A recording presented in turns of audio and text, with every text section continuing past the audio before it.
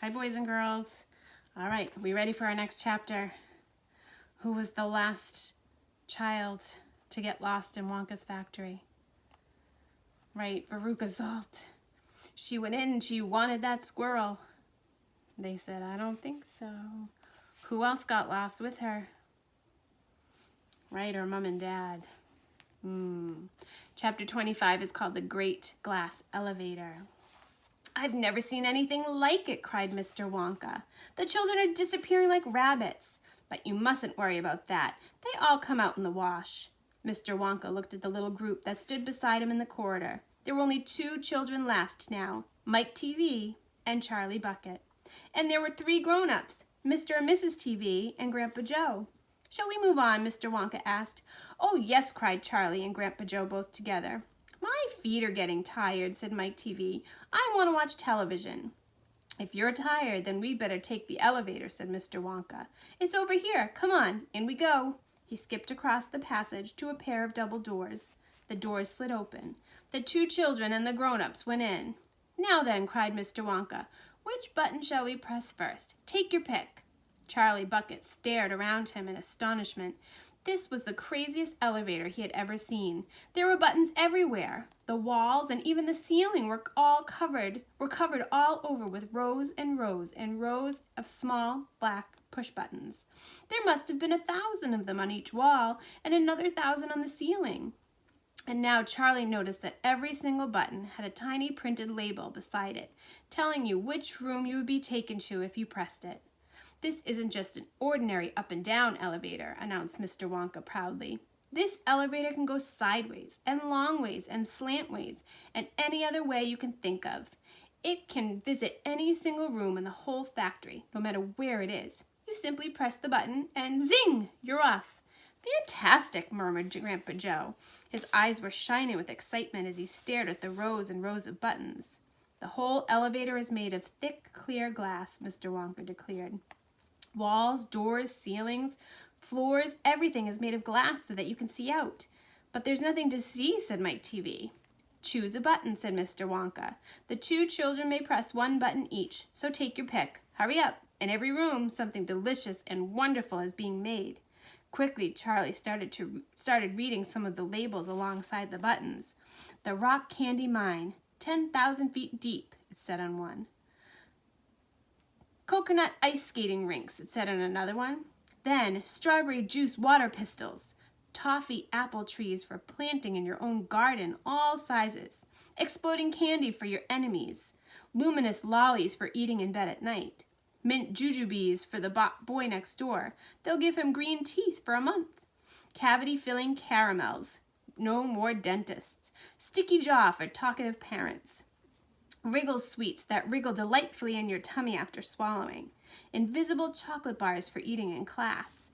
Candy-coated pencils for sucking. Fizzy lemonade swimming pools. Magic hand fudge. When you hold it in your hands, you taste it in your mouth. Rainbow drops sucking on them, and you can spit in 6 different colors. Come on, cried Mr. Wonka. We can't wait all day. Isn't there a television room in this lot? In all this lot, asked Mike TV. Certainly there's a television room, Mr. Wonka said. That button over there. He pointed with his finger. Everybody looked. Television chocolate, it said on the tiny label beside the button. Whoopee, shouted Mike TV. That's for me. He stuck out his thumb and pressed the button. Instantly, there was a tremendous whizzing noise. The doors clanged shut, and the elevator leaped away as though it had been stung by a wasp. But it leaped sideways, and all the passengers, except Mr. Wonka, who was holding onto a strap from the ceiling, were flung off their feet onto the floor. Get up, cried Mr. Wonka, roaring with laughter. But just as they were staggering to their feet, the elevator changed directions and swerved violently around the corner, and over they all went once more. Help, shouted Mrs. TV. Take my hand, madam, said Mr. Wonka gallantly. What a crazy elevator. There you are. Now grab this strap. Everybody grab a strap. The journey's not over yet. Old Grandpa Joe staggered to his feet and caught hold of a strap.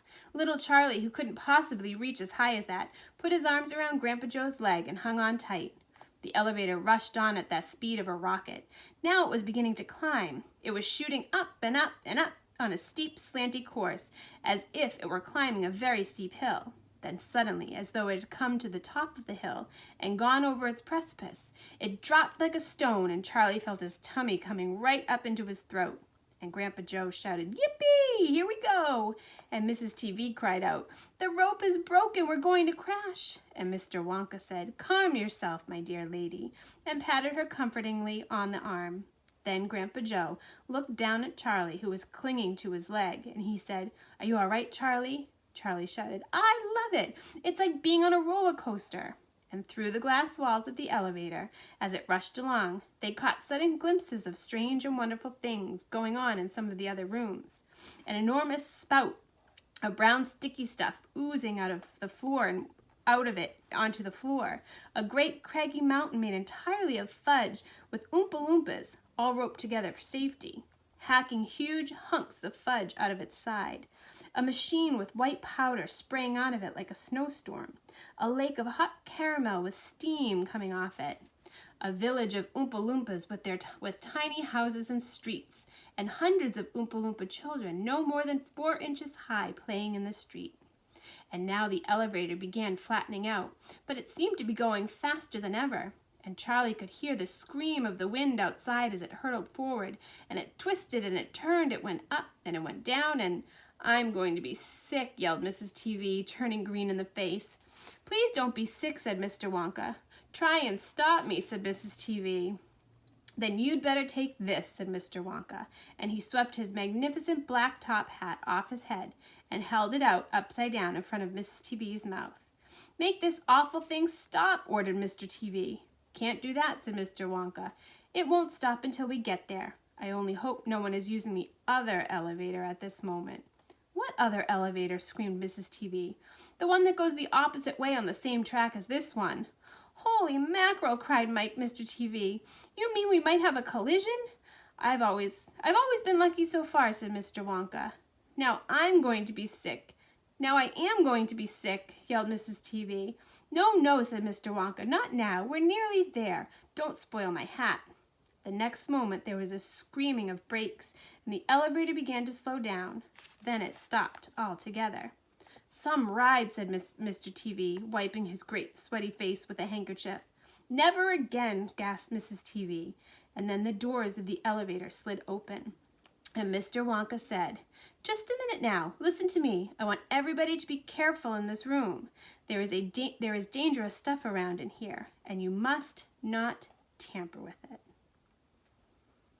The next chapter is called The Television Chocolate Room. And Mr. Wonka said, "You can't touch anything." What's happened in other rooms where he's given warnings to the children? Do you have any predictions about what might happen in this television chocolate room? We'll find out next time. See you later.